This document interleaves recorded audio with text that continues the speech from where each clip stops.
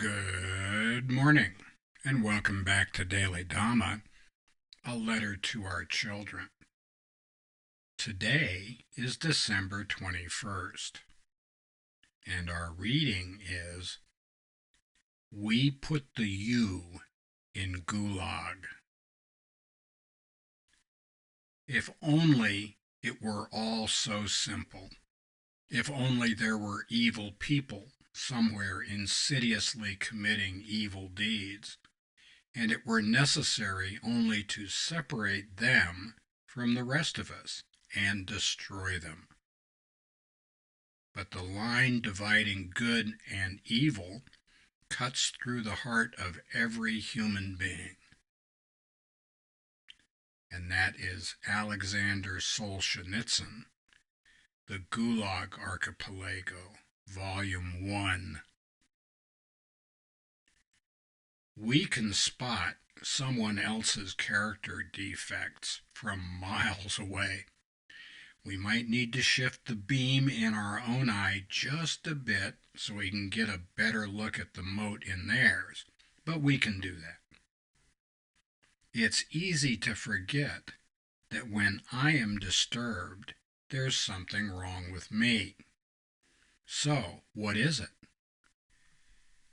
Am I uncomfortable because Bob reminds me of my own flaws?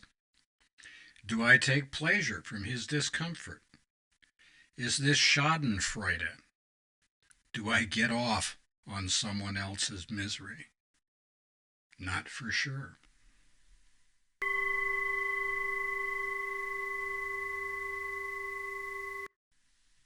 Once again, we have to take a look at semantics. Discernment, it's important for us to tell the difference between right and wrong. We need judgment to do that. It's important for us to control ourselves by doing things that we think are positive and moral, and to avoid doing things that we think are negative and immoral. And as long as we're just taking care of controlling our own behavior, well, that's okay.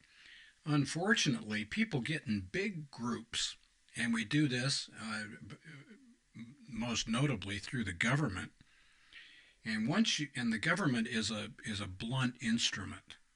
When you've got a justice system or an injustice system that is dedicated to enforcing its view of humanity, and they'll do whatever they can to punish the people who disagree with them and to let the people who agree with them off the hook, you've got a really broken system.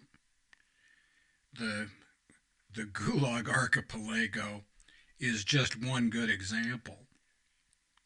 The death camps of the Nazis, I mean, these are big deals. The tyrannies in South America, which were mostly right wing, but there are plenty of left wing tyrannies down there too. The year zero in Cambodia, the French Revolution, the Russian Revolution, the Chinese Revolution. We have an embarrassment of examples of how people with good intentions went seriously wrong and murdered and raped and plundered and destroyed lives. And this is just another reason why we tell our kids, grandkids, and great-grandkids, stay away from mass movements. There's no good that's going to come from hanging out with those people. They don't even know what they're doing, and it's very possible that what they're doing is at least as wrong as the crimes that they're pretending to correct or overcome. And happy trails to you Until we meet again.